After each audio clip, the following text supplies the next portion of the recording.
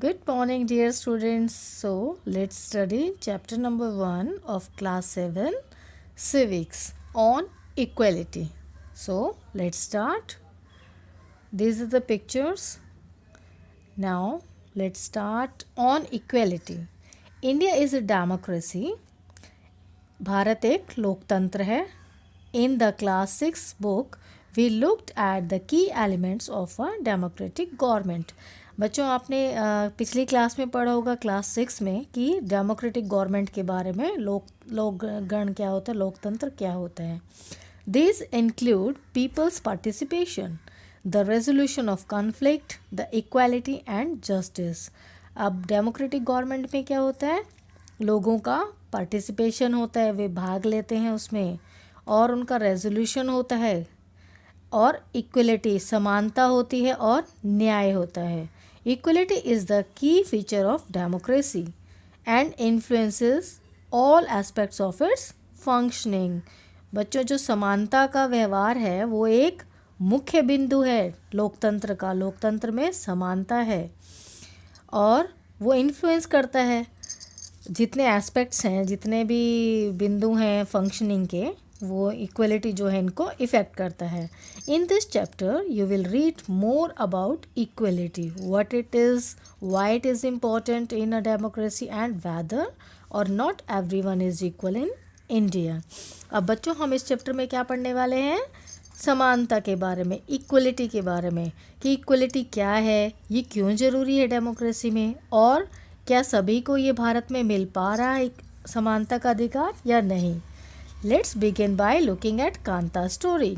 तो हम ये समझेंगे एक कहानी से, जो एक कांता की कहानी है. तो बच्चों ये है कांता की कहानी. On election day Kanta and her friend Sujata are waiting to cast their votes. जिस दिन इलेक्शन थे उस दिन कांता और उसकी जो दोस्त है सुजाता, वो इंतज़ार कर रहे थे अपने वोट डालने की बारी का. It good Suja that we can all vote as equal citizens of our country. Even Jain Sahab is standing in the line with us. तो अभी ये कांता क्या बोलती है, अपनी फ्रेंड सुजाता को कह रही है कि ये तो बहुत अच्छा है ना कि हम सब एक ही लाइन में खड़े हुए हैं अपने जब वोट डालने के लिए, और हमारे जो जैन साहब हैं वो भी हमारे पीछे खड़े हैं हमारी लाइन में. तो वो सुजाता कहती है हाँ. Go on Kanta, it's your turn now. अब सुजाता उसको बोल रही जाओ अब तुम्हारी बारी है. I will vote for the candidate who has promise to bring pipe water to our area. अब वो मन में सोचती है कि मैं ऐसे दावेदार को वोट करूँगी जो हमारे एरिया में पाइप वाटर लेके आए. Let's move to next. And here this is the line queue in which people are standing and they are waiting to cast their votes. Afterwards उसके बाद क्या हुआ, we will see you later Kanta. Yes नमस्ते साहब. अभी वो car में चले जाते हैं जैन साहब. अभी वो आपस में कॉन्वर्सेशन चल रही है. Gudiya has been running fever and I have to take her to the hospital, but I will have to finish the work at sahib's house first and ask for some advance. अब ये क्या कहती है, अपनी बेटी के बारे में बता रही कि गुड़िया को बहुत फीवर है, उसको हॉस्पिटल ले जाना है, लेकिन मुझे पहले काम ख़त्म करके आना और एडवांस में कुछ पैसा लेके आना है. एट होम, अब घर पे क्या है, here have some of this you will feel better. अभी कुछ उसको खाने को दे रही है, पीने को. And when I get back in the evening we will go to the hospital. Okay, अब मैं शाम को जब वापस आऊँगी तो हम हॉस्पिटल चलेंगे. It's no wonder that Gudiya falls ill often. The basti is never cleaned. अब वो अक्सर बच्चे बीमार होते हैं वहाँ पे, गुड़िया अक्सर बीमार होती. क्यों? क्योंकि वहाँ पे क्लीनलीनेस नहीं है, बस्ती में बहुत गंदगी है. Make sure to do corners properly. अभी जिस घर में काम कर रही है वहाँ पे उसको इंस्ट्रक्शंस मिल रही हैं. Here is your advance Kanta but don't make a habit of it. No madam. अभी इसको एडवांस दे रहे हैं और कह रहे हैं इसकी आदत मत डालना आप. जस्ट फ्यू मोर मिनट्स बेटी. जैन मैडम एंड जैन साहब may stand in line to vote but they never have to do it when their children are sick. अभी ये ओपीडी हॉस्पिटल की लाइन में खड़े हैं, एक सरकारी हॉस्पिटल में जिसमें इनको वेट करना पड़ रहा है. Now let's start equal right to vote. The story above begins with Kanta standing in the line to cast her vote. अब ये जो कहानी शुरू हुई है, कहाँ से शुरू हुई? जब कांता अपना वोट डालने के लिए एक लाइन में वेट कर रही थी. Look again at the various people who are standing in line with her. आप दोबारा उन लोगों को देखिए, उन सब के नाम दिए हैं और उनके ऑक्यूपेशंस भी दिए हुए हैं. Kanta recognises her employer Ashok Jain and छोटे लाल. अब कांता ने पहचान लिया था अपने जो मालिक हैं जिनके वहाँ वो काम करती है, अशोक जैन और छोटे लाल. छोटे लाल हर नेबर, उनका जो पड़ोसी है. In a democratic country like India, all adults irrespective of what religion they belong to, how much education they have had, what caste they are, or whether they are rich or poor are allowed to vote. अब India में क्या होता है एक democratic country में कि आप किसी भी धर्म से बिलोंग करते हैं, किसी भी धर्म से संबंध रखते हैं, या आपने कितनी पढ़ाई की है और किस आप जाति के हैं, आप अमीर हैं या गरीब हैं, लेकिन सभी को समानता से वोट डालने का अधिकार है. This is already you have read in the class 6 book is called Universal Adult Franchise and is an essential aspect of all democracies. बच्चों आपने 6 क्लास में भी ये पढ़ा था कि वोट डालने के समान अधिकार होता है और इसे हम क्या कहते हैं? Universal adult franchise. और ये बहुत महत्वपूर्ण एस्पेक्ट है डेमोक्रेसी का. The idea of universal adult franchise is based on the idea of equality because it states that every adult in a country, irrespective of their wealth and the communities she or he belongs to, has one vote. तो ये जो idea है adult franchise का, ये किस पर base है? Idea of equality यानी कि समानता के अधिकार पर टिका है. क्योंकि ये क्या दर्शाता है कि जितने भी अडल्ट हैं यानी कि 18 साल से ऊपर की उम्र के हैं जो एक देश में, उन चाहे वो कितने अमीर हैं, वेल्थ उनके पास ज़्यादा है, या फिर वो किस कम्युनिटी से बिलोंग करते हैं या किससे नहीं करते, उन सबको एक समान अधिकार है वोट डालने का. Kanta is excited to vote and happy that she is equal to all of the others because each of them has one vote. Kanta बहुत खुश थी, बहुत एक्साइटेड थी कि और वो खुश थी क्योंकि उसे वहाँ पर महसूस हो रहा था कि वो भी समान है वोट डालने में दूसरे लोगों के साथ.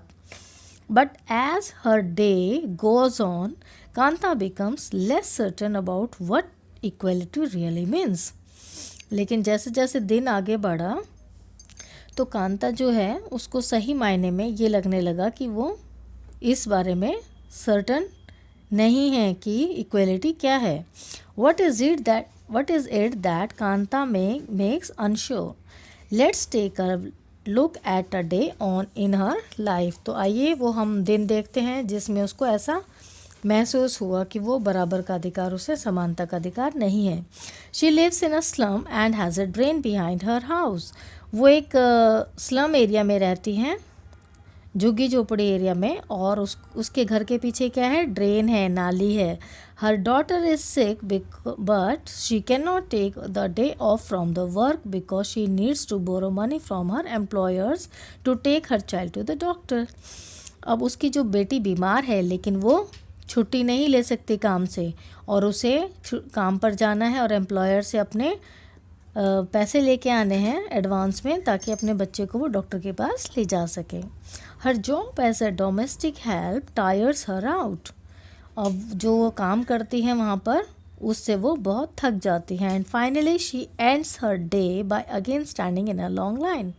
अब दिन के अंत में भी वो एक लंबी लाइन में खड़े होकर उसने इंतज़ार किया. This line in front of the government hospital is unlike the one in the morning because most of the people standing in it are poor.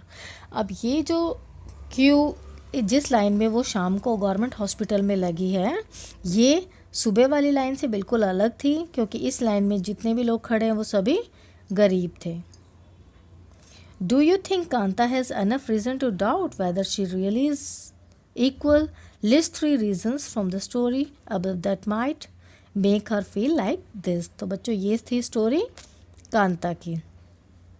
Other kinds of equality. Kanta is one of many people who live in democratic India and who have the right to vote, but whose daily living and working conditions are far equal from equal. अब कांता जैसे बहुत से लोग हैं जो एक लोकतांत्रिक देश जैसे इंडिया है, भारत है, उसमें रहते हैं। उनको अधिकार तो है वोट डालने का, और जिनकी रोज़ की जो है लिविंग है और वर्किंग कंडीशंस हैं आर फार फ्रॉम इक्वल, वो समानता से बहुत दूर है। अपार्ट फ्रॉम बीइंग पुअर, गरीब होने के अलावा, people in India experience in equality in different ways. अब अमीर गरीब का भेदभाव तो होता है, लेकिन आपको इनइक्वलिटी के और भी अलग अलग तरीके हैं जिनसे आप इंडिया में लोग फील करते हैं, महसूस करते हैं। Let us see what this means by reading the 2 stories given below. आइए अभी हम इन एग्जाम्पल से, इन उदाहरणों से आप पढ़ेंगे कि ये कैसे होता है। Each of this is based on real incidents in people's lives. अब लोगों के जीवन में जो होता है, ये 2 कहानियाँ जो है सच्ची घटनाओं पर आधारित हैं। And reflects the different kinds of inequalities that exist in India. और भारत में ऐसे असमानता के अधिकार अलग अलग तरीक़ों से मिलने के इंसिडेंट से क्लियर होता है। One of the more common forms of inequality is the caste system. अब असमानता का कहाँ पे हमें दिखाई देता है? जाति जो कास्ट सिस्टम है वहाँ पर। If you live in rural India, your cast identity is something that you probably learned और एक्सपीरियंस वेरी यंग। अगर आप किसी गांव देहात में रहते हैं तो आप क्या देखेंगे, जो आपका जाति की जो आइडेंटिटी, आपकी जो पहचान है, वो आपको शायद बहुत पहले ही एक्सपीरियंस कर लेते हैं, आप पता चल जाता है जब आप बहुत यंग होते हैं, बहुत छोटे होते हैं। If you live in urban India, some of you might think that people no longer believe in caste. लेकिन यदि आप शहरों की बात कर रहे हैं, अगर आप शहर में रहते हैं, तो यहाँ पर किसी को कोई मतलब नहीं है कि आप किस कास्ट से बिलोंग करते हैं। But just look at these matrimonials shown from a leading English newspaper and you will see how important the issue of caste continues to be in the minds of highly educated urban Indians. लेकिन अब बच्चों, आपको ये side में जो ये cuttings, ये matrimonials की ऐड दिखेंगी, तो आप इनमें रीड कर सकते हैं कि अर्बन, शहरी जीवन में भी जो हाईली एजुकेटेड लोग होते हैं, वो भी कैसे कास्ट को अपने माइंड्स पे ये रीड आप कर सकते हैं। ये जैसे लिखा है, तमिल ब्राह्मण, अयंगर ग्रूम, 1981 बॉन्ड, ठीक है, तो गोत्र दिया हुआ है। Now let us read a story about the experiences of a Dalit child attending school. चलो आइए अब हम कहानी पढ़ते हैं एक दलित बच्चे की जो स्कूल अटेंड करता है। You have already read about Dalits in the class 6 book. आपने 6th क्लास में भी दलित की कहानी पढ़ी थी। Dalit is a term that the so called lower caste use to address themselves. Dalit एक ऐसी टर्म है जो कि लोअर कास्ट के लोग जो हैं यूज़ करते हैं अपने आप को एड्रेस करने के लिए। Dalit means broken, and by using this word lower caste are pointing to how they were and continue to be seriously discriminated against. Dalit means क्या होता है? टूटा हुआ। And by using this word, और इस वर्ड को यूज़ करके lower caste are pointing how they were, और वो दिखाते हैं कि हम कैसे हैं, और कंटिन्यू टू बी, और उनके साथ सीरियसली भेदभाव होता है। Om Prakash Valmiki 1952-2013 is a famous Dalit writer. अब ओम प्रकाश वाल्मीकि जी की हम कहानी पढ़ेंगे। वो एक बहुत प्रसिद्ध दलित राइटर थे। 1950 में उनका जन्म हुआ था और 2013 में उनकी डेथ हुई थी। In his autobiography Joothan he writes, अब उनकी एक ऑटोबायोग्राफी उन्होंने जो झूठन लिखी है, उसमें उन्होंने क्या लिखा है? I had to sit away from the others in the class. मुझे और लोगों से अलग बैठना होता था क्लास में, and that too on the floor, और वो भी फर्श में। The mat ran out before reaching the spot I sat on, और जिस दरी पे मैं बैठता था वो मेरे जाने से पहले ही ख़त्म हो चुकी होती थी, मतलब जगह नहीं होती थी। Sometimes I would have to sit away behind everybody right near the door. Sometimes they would beat me without any reason. कई बार क्या होता था कि मुझे दरवाजे के पास बैठना पड़ता था और कई बार मुझे बिना किसी कारण के पीट दिया जाता था. When he was in class 4, the headmaster asked Om Prakash to sweep the school and the playground. जब मैं 4th क्लास में था, चौथी कक्षा में था, तो हेडमास्टर ने ओम प्रकाश को क्या बोला था कि आप प्लेग्राउंड और स्कूल में झाड़ू लगाओ. He writes the playground was way larger than my small physique. अब उन्होंने क्या लिखा है इस बुक में, अपनी जूटन किताब में, कि प्लेग्राउंड इतना बड़ा था कि जो मेरा फिजिक है बहुत छोटा, उससे काफ़ी बड़ा था. Could handle and in cleaning it, कि मेरा जो छोटा शरीर था उसको इतना बड़ा एरिया अगर क्लीन करना था बहुत मुश्किल हैंडल होता था करना, उसको क्लीन करना. माई बैक बिगेन टू एक, और मेरी जो कमर थी उसमें दर्द हो जाता था. My face was covered with dust, मेरे चेहरे पे पूरे पे डस्ट आ जाती थी. Dust had gone inside my mouth, और जो डस्ट थी, जो मिट्टी थी, वो मेरे मुंह के अंदर भी चली जाती थी. The other children in my class were studying and I was sweeping. मेरी कक्षा के दूसरे बच्चे पढ़ते थे और मैं झाड़ू लगा रहा होता था. Headmaster was sitting in his room and watching मी, और जो हेडमास्टर थे वो अपने रूम में बैठे मुझे देखते थे. I was not even allowed to get a drink of water, और मुझे पानी भी पीने की इजाज़त नहीं थी. I swept the whole day, मैं पूरा दिन झाड़ू लगाता था. From the doors and windows of the school rooms the eyes of the teachers and the boys saw this spectacle. अब जितने दरवाजे, खिड़कियाँ, कमरे, जितने भी टीचर्स थे वो सब मुझे ये दृश्य देखते थे. Om Prakash was made to sweep the school and the playground for the next couple of days, and this only came to an end when his father, who happened to be passing by. अब ये कई दिनों तक उसको वहाँ पे playground में और स्कूल में झाड़ू लगाना पड़ा. ये जब तक ख़त्म नहीं हुआ जब तक उसके फादर स्कूल के पास से गुजर रहे थे.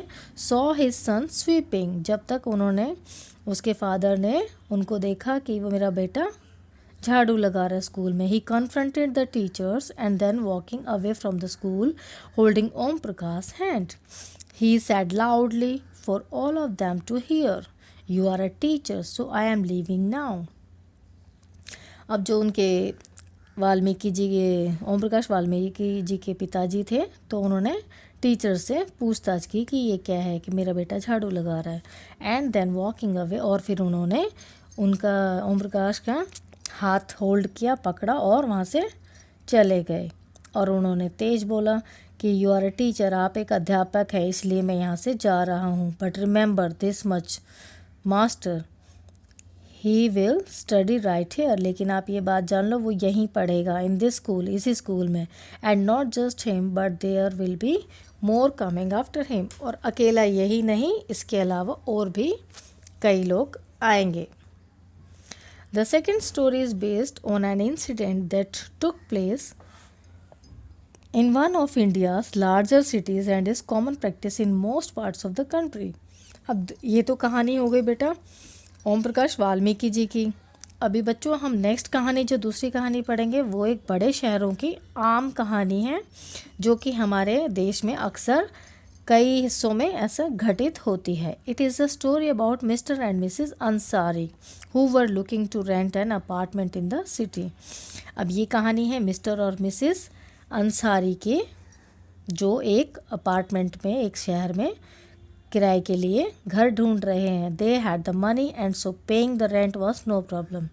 उनके पास पैसा है तो रेंट पे करना उनकी कोई दिक्कत नहीं है. They went to a property dealer for help to find a place. अब वो एक प्रॉपर्टी डीलर के पास गए अपनी मदद लेने के लिए कि हमें एक किराए पे घर चाहिए. The dealer informed them that he knew about quite a few apartments that were available for rent. अब डीलर ने क्या उन्हें इन्फॉर्म किया कि उसके पास कुछ अपार्टमेंट्स हैं रेंट के लिए. They visited the first apartment and the Ansaris liked it very much and decided to take it. उन्हें पहला अपार्टमेंट पसंद आया और उन्होंने डिसाइड किया, उन्होंने निर्णय लिया कि हम इसे ले लेंगे. However when the landlady found out their names she made an excuse about how she could not rent the house to someone who ate meat because the building did not have any non-vegetarian residents. अब जो land lady थी उनको जब उनके नाम पता चले तो उन्होंने एक बहाना बनाया कि हम उन लोगों को यहाँ पर किराए पे मकान नहीं देते जो मीट खाते हैं, क्योंकि यहाँ पर नॉन वेजिटेरियन रेजिडेंट्स रहते हैं. Both the Ansaris and the property dealer were surprise to hear this. अब दोनों को बहुत हैरानी हुई सुनकर. This because they could smell fish being cooked in the neighbours house. लेकिन उन्हें मछली पकने की खुशबू आ रही थी पड़ोस के घर से. The same excuse was repeated in the second. अब यही एक्सक्यूज़ जो है, यही बहाना दूसरे में भी रिपीट हुआ. एंड द थर्ड अपार्टमेंट्स, और तीसरे में भी यही बहाना रिपीट हुआ. Finally the property dealer told them that they might want to change their names and call themselves Mr. and Mrs. Kumar. अब फाइनली जो प्रॉपर्टी डीलर है उन्होंने उनको क्या सजेस्ट किया कि आप लोग अपने नाम बदल लें और आप कहें कि आपका नाम मिस्टर एंड मिसेस कुमार है. The Ansaris were reluctant to do this and decided to look some more. लेकिन अंसारीज जो हैं इस बात पे राज़ी नहीं हुए और उन्होंने डिसाइड किया कि हम और भी फ्लैट्स देखेंगे. In the end, it took a whole month of looking at apartments before they found a landlady who was willing to give them a place on rent. और उन्हें ये सब रेंट पे ढूंढने के लिए करीब करीब 1 महीना लग गया फ्लैट ढूंढने के लिए, जब तक एक महिला उनको देने के लिए राजी ना हुई. तो ये स्टोरी थी. Now recognising dignity. जो आगे पढ़ते हैं. Recognising dignity. You have understood by now that the caste we are born into, the religion we practice, the class background we come from, whether we are male or female, these are often the things that determine why some people are treated unequally. बच्चों, आप अभी तक ये समझ चुके होंगे कि जिस कास्ट में हम पैदा हुए हैं या जिस भी धर्म को हम प्रैक्टिस करते हैं, मानते हैं, या जिस क्लास बैकग्राउंड से हम आए हैं, चाहे हम पुरुष है या कोई महिला है, ऑफन यही चीज़ें जो है इनके आधार पे ही लोगों के साथ व्यवहार होता है अनइक्वली. असमानता का व्यवहार इन्हीं चीज़ों पर बेस होता है. Om Prakash Valmiki and the Ansaris are being treated unequally on the basis of differences of caste and religion. अभी जब हमने ओम प्रकाश वाल्मीकि जी का एक उदाहरण हमने लिया था और वो कहानी हमने पढ़ी थी उनकी, और अंसारी, ये जो दोनों हमने केसेस जो पढ़े थे, तो इसमें क्या हुआ था कि इन दोनों को अनइक्वली ट्रीट किया था कास्ट के बेस पे और धर्म के बेस पे. When persons are treated unequally, जब लोगों के साथ असमानता का व्यवहार हम करते हैं, देयर डिग्निटी इज़ वायलेटेड, तो उनकी जो डिग्निटी है उसका हनन होता है, उनकी जो सम्मान होता है उसका हनन होता है. The dignity of both Om Prakash Valmiki and the Ansaris was violated because of the way in which they were treated. अब ओम प्रकाश वाल्मीकि और अंसारीज, उनका जो उनके साथ जो व्यवहार हुआ, दुर्व्यवहार हुआ, dignity of both Om Prakash Valmiki and the Ansaris was violated because of the way in which they were treated. अब इन दोनों केसेस में जो उनकी सम्मान का जो हनन हुआ है वो उस तरीके से, जिस तरीके से उनके साथ व्यवहार हुआ. By picking on him and making him sweep the school because of his caste, Om Prakash Valmiki's schoolmates and teachers hurt his dignity badly and made him feel as if he was less than equal to all other students in the school. बच्चों, जैसे हमने वाल्मीकि जी का जो case पढ़ा था उसमें उनके साथ क्या किया था, उन्हें स्कूल में उठा के बोला गया था कि आप यहाँ पर स्वीप कीजिए, झाड़ू लगाइए. तो वो किस वजह से कि उनको उनकी कास्ट की वजह से. तो जो उनके स्कूलमेट थे, जो उनके सहपाठी थे और जो उनके अध्यापक थे, उन सब ने उनकी डिग्नी को बहुत बुरी तरीके से हर्ट किया और उन्हें ये एहसास दिलाया कि वो औरों से कम इक्वल हैं, एक समान नहीं हैं स्कूल में. Being a child, Om Prakash Valmiki could do very little about the situation that he was in. अब ओम प्रकाश वाल्मीकि जी उस जो परिस्थिति थी उसमें वो कुछ नहीं कर पा रहे थे, क्योंकि वो बहुत छोटे बच्चे थे. It was his father who, on seeing his son sweep, felt angry by this unequal treatment and confronted the teachers. अब उनके जो पिताजी थे उन्होंने जब देखा कि मेरा बेटा स्कूल में झाड़ू लगा रहा है तो उन्हें बहुत गुस्सा आया कि इस असमानता के अधिकार के लिए, और उन्होंने जितने जो टीचर्स थे उनको कन्फ्रंट किया, उनका सामना किया. Ansari's dignity was also hurt when persons refused to lease their apartments to them. अब अंसारीज का जो केस था उसमें क्या हुआ, जो उनकी सम्मान जो है उसको हर्ट कैसे पहुंचा जब लोगों ने उन्हें फ्लैट किराए पे देने से मना किया. However, when the property dealer suggested that they change their name, जब प्रॉपर्टी डीलर ने उन्हें ये सजेस्ट किया कि आप अपना नाम चेंज कर दीजिए अपना, इट वॉज देयर डिग्निटी और self respect that made them refuse this situation. और ये उनका डिग्निटी ही थी, सेल्फ रिस्पेक्ट थी, जिसकी वजह से उन्होंने इस सजेशन को रिफ्यूज़ कर दिया, मना कर दिया. Om Prakash and the Ansaris do not deserve to be treated like this. लेकिन ओम प्रकाश और अंसारीज के साथ ऐसा नहीं होना चाहिए था, उनके साथ ऐसा दुर्व्यवहार नहीं होना चाहिए था. They deserve the same respect and dignity as anyone else. उनको भी समानता का अधिकार है, उतनी ही सम्मान का अधिकार है जितना कि दूसरों को है. अब यहाँ पर एक आप राइट कॉर्नर में देख सकते हैं, these are the pictures from a movie Deewar. और इसमें आप देख सकते हैं ये छोटा बच्चा बूट पॉलिश कर रहा है, और ये जब पैसे फेंक देते हैं तो वो कहते हैं कि मैं आज भी फेंके हुए पैसे नहीं देता. तो in the 1975 film Deewar, a boy who works as a shoe shine refuses to pick up a coin thrown at him. He feels that there is dignity in the work that he does and insists that his fee be given respectfully. So move to the next topic, equality in Indian democracy. The Indian Constitution recognizes every person as equal. हमारे जो भारतीय संविधान है उसमें प्रत्येक नागरिक को समान अधिकार मिले हैं. This means that every individual in the country, including male or female persons from all castes, religions, tribes, educational and economic background are recognized as equal. तो इस समानता के अधिकार का मतलब क्या है, प्रत्येक निवासी, प्रत्येक नागरिक जो हमारे देश का है, चाहे वो मेल है या फीमेल है, या वो किसी भी कास्ट से है, किसी भी धर्म से हैं, किसी भी जाति से हैं, या किसी कबीले से हैं, या किसी भी एजुकेशन बैकग्राउंड उनका चाहे कोई भी है, या इकोनॉमिक बैकग्राउंड कोई भी है, तो वो सब समानता के अधिकारी हैं. This is not to say that inequality ceases to exist. ये कहना असमानता का अस्तित्व नहीं है. इट डजेंट नहीं है.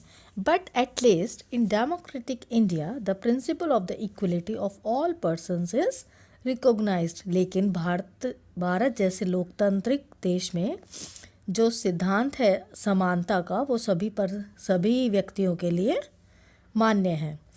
While earlier no law existed to protect people from discrimination and ill treatment, now there are several that work to see that people are treated with dignity and as equals. पहले बच्चों कोई भी ऐसा कानून नहीं था जिससे हम लोगों का बचाव कर सकें भेदभाव से, उनके साथ दुर्व्यवहार से. लेकिन अभी बहुत सारे नए कानून आए हैं जिनसे हम देख सकते हैं, जिनको फॉलो करवा के कि किसी के साथ दुर्व्यवहार ना हो और उन्हें एक सामान्य ज़िंदगी जीने का और उचित व्यवहार हो उनके साथ, और उन्हें समानता का अधिकार मिले. This recognition of equality includes some of the following provisions in the constitution. अब ये जो समानता है, इसमें समानता का जो अधिकार, जो मान्यता मिली है, इसमें कुछ प्रोविजंस हैं संविधान में. आइए देखते हैं क्या क्या है. First, that every person is equal before the law. पहला क्या है कि कानून की नज़र में सभी व्यक्ति, सभी नागरिक एक समान हैं. What this means is that every person from the president of the country to Kanta, a domestic worker, has to obey the same laws. इसका मतलब क्या हुआ बच्चों कि एक व्यक्ति, चाहे वो देश के राष्ट्रपति हों या कोई एक डोमेस्टिक वर्कर, घर में काम करने वाली, जैसे कांता का हमने एग्जाम्पल लिया था, चाहे वो हो, उन सबको कानूनों को ओबे करना पड़ेगा. Second, no person can be discriminated against on the basis of their religion, race, caste, place of birth or whether they are female or male. और दूसरा क्या है, दूसरा प्रावधान क्या है संविधान में कि किसी भी इंसान, किसी भी व्यक्ति के साथ कोई भी भेदभाव नहीं किया जाएगा इन बेसिस पर. कौन कौन से बेसिस हैं? उनका धर्म, रेस, किस जाति के, कास्ट, प्लेस ऑफ बर्थ, उनका जन्म कहाँ हुआ, वो मेल है या फीमेल है. Third, every person has access to all public places including playgrounds, hotels, shops and markets. और सभी व्यक्तियों को पब्लिक प्लेसेस में जाने की अनुमति है, चाहे वो खेल का मैदान हो, कोई होटल हो, कोई दुकान हो या कहीं बाज़ार हो. All persons can use publicly available wells, roads and bathing ghats. और सभी व्यक्ति पब्लिक में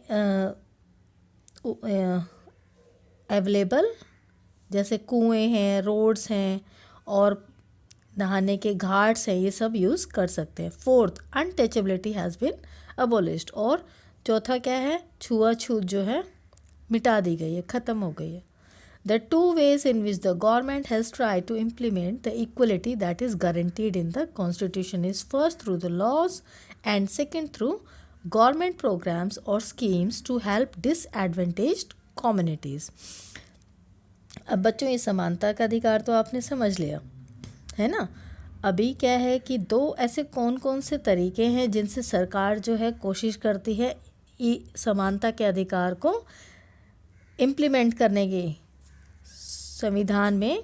एक तो कानून के द्वारा, और दूसरा क्या है, गवर्नमेंट जो है प्रोग्राम्स चलाती हैं, कोई स्कीम्स चलाती हैं ताकि जो जिन कम्युनिटीज़ को, जिन तबकों को वो सब सुविधाएं नहीं मिल रही हैं उनको मुहैया कराई जाए. There are several laws in India that protect every person's right to be treated equally.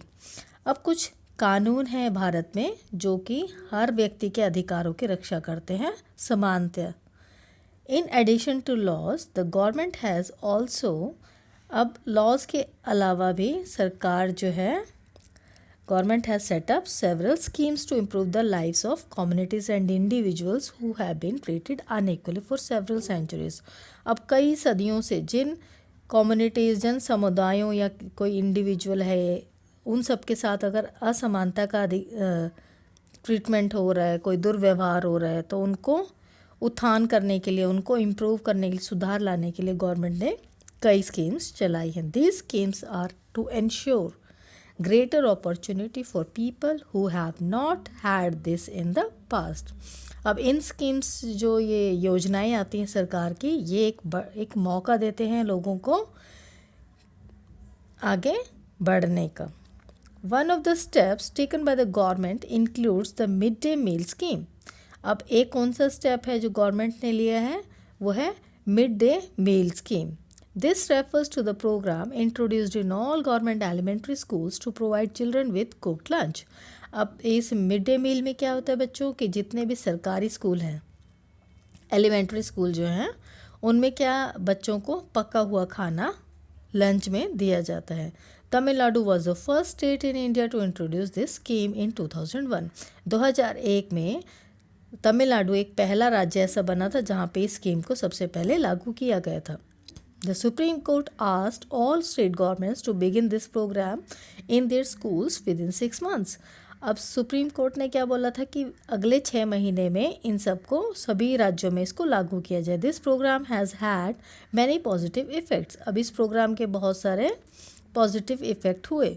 These include the fact that more poor children have begun enrolling and regularly attending school. अब इसका नतीजा क्या हुआ कि ज़्यादा से ज़्यादा बच्चों ने स्कूल में एनरोल करना शुरू कर दिया और रेगुलर स्कूल को अटेंड करना शुरू किया. Teachers reported that earlier children would often go home for lunch and then not return to school, but now with the midday meal being provided in the school, their attendance has improved. अब teachers ने क्या report किया कि जो बच्चे अक्सर खाना खाने के लिए घर चले जाते थे वो वापस स्कूल में नहीं आते थे, तो अब जैसे ही मिड डे मील जब शुरू हुआ है तो उनकी अटेंडेंस में भी सुधार हुआ है. Their mothers, who earlier had to interrupt their work to feed their children at home during the day, now no longer need to do so. अब जो बच्चे घर में जाते थे खाना खाने, उनकी मदर्स को क्या करना पड़ता था, अपने काम को छोड़कर उनको खाना बनाने के लिए आना पड़ता था. This program has also helped reduce caste prejudices because both lower and upper caste children in the school eat this meal together. And in quite a few places, Dalit women have been employed to cook the meal. अभी क्या हुआ, इस programme से क्या हुआ, आपसी सौहार्द, जो बच्चों का जो ये कास्ट सिस्टम है ये भी कम हुआ है, क्योंकि लोअर और अपर कास्ट के जितने बच्चे स्कूल में हैं वो सब एक साथ बैठ के खाना खाते हैं. और कुछ जगह पे तो क्या है, दलित वुमेन को एम्प्लॉय किया हुआ है कि वो ही खाना बनाएंगे स्कूल्स में. The midday meal program also helps reduce the hunger of poor students who often come to school and cannot concentrate because their stomachs are empty. अब मिड डे मील की वजह से क्या हुआ है कि जो स्टूडेंट्स, जो विद्यार्थी भूखे रहते थे और पढ़ाई में कंसंट्रेट नहीं कर पाते थे क्योंकि खाली पेट होते थे, अब खाना खाने से उनका पढ़ाई में भी मन लगता था. While government programs play an important role in increasing equality of opportunity, there is much that still needs to be done. जबकि सरकारी प्रोग्राम्स एक बहुत महत्वपूर्ण अपना किरदार अदा करते हैं समानता की मौक़ों में बढ़ाने के लिए, देयर इज़ मच, लेकिन अभी भी बहुत ज़रूरत है बहुत कुछ करने की. While the midday meal program has helped increase the enrollment and attendance of poor children in school, जबकि मिड डे मील से क्या हुआ है, एनरोलमेंट बढ़ा है बच्चों का स्कूल में और अटेंडेंस भी बढ़ी है पुअर चिल्ड्रन की. There continues to be big differences in our country between schools that the rich attend and those that the poor attend. लेकिन फिर भी हमारे देश में क्या है, बहुत बड़ा एक गैप है, बहुत डिफरेंस है बहुत हमारे देश में, जहाँ की स्कूल्स जो हैं रिच अमीर लोग और गरीब लोग जो अटेंड करते हैं. Even today there are several schools in the country in which Dalit children like Om Prakash Valmiki are discriminated against the treated unequally. अभी भी बहुत सारे स्कूल हैं जहाँ की दलित बच्चों के साथ दुर्व्यवहार किया जाता है, जैसे ओम प्रकाश वाल्मीकि जी का एग्जाम्पल हमने पढ़ा था. These children are forced into unequal situations in which their dignity is not respected. अब इनके साथ कैसे दुर्व्यवहार किया जाता है और उनकी ऐसी सिचुएशन, असमानता का अधिकार उनके साथ किया जाता है और वहाँ पे उनकी रिस्पेक्ट नहीं की जाती. This is because people refuse to think of them as equal even though the law requires it. जबकि लोग उस चीज़ को रिफ्यूज़ करते हैं कि कानून की नज़रों में हम सब एक हैं. One of the main reasons for that is that attitude changes very slowly. और इसका एक मुख्य कारण क्या है कि एटीट्यूड जो होता है वो बहुत धीरे धीरे बदलाव होता है. Even though persons are aware that discrimination is against the law, they continue to treat people unequally on the basis of their caste, religion, disability, economic status and because they are women.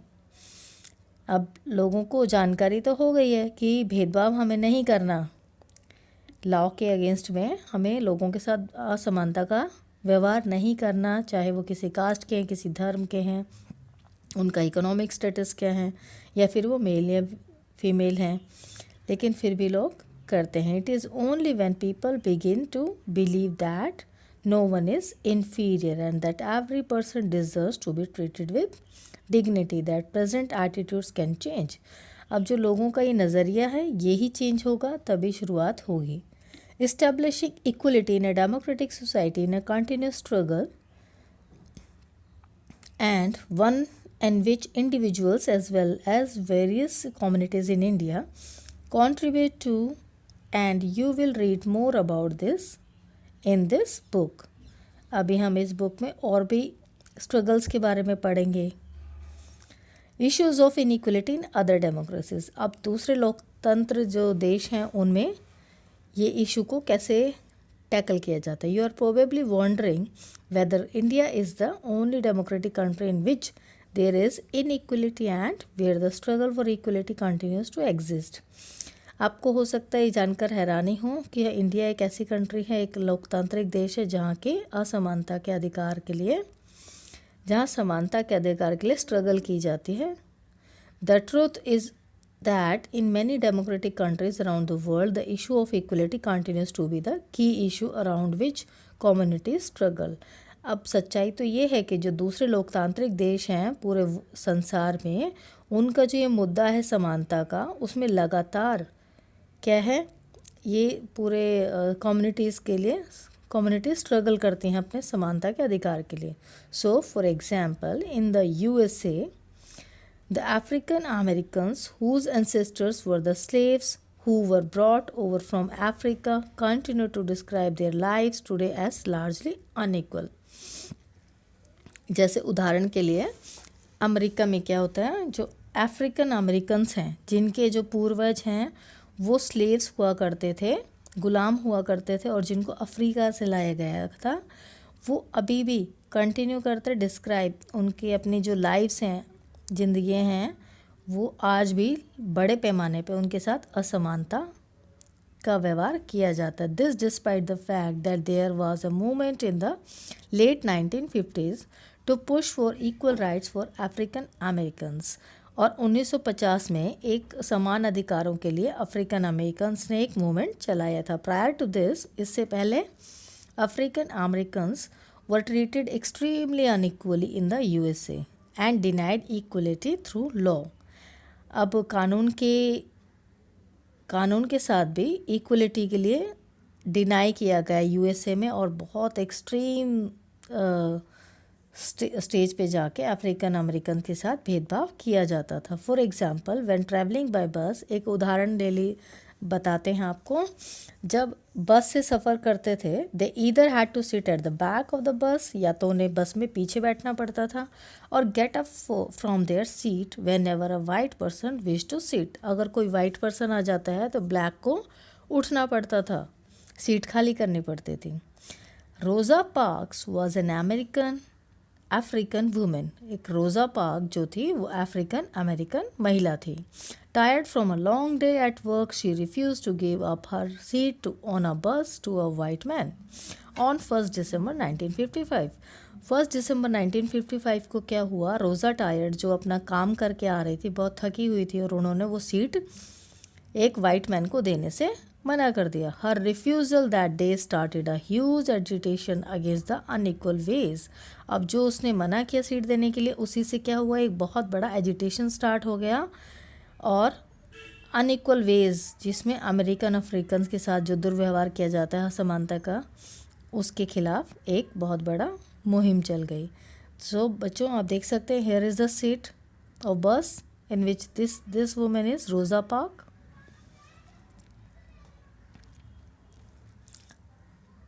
Treated and which came to be known as the civil rights movement. और वही agitation जो है, उस movement का क्या नाम हुआ, civil rights movement.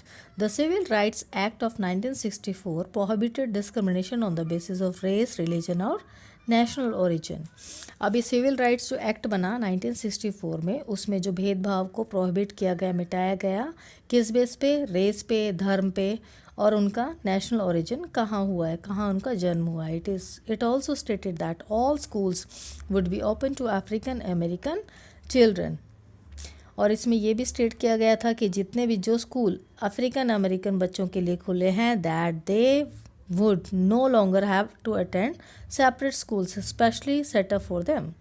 जो अफ्रीकन अमेरिकन के लिए अलग स्कूल सेटअप किए गए हैं, वो अब नहीं होंगे. However, despite this, a majority of African Americans continue to be among the poorest in the country.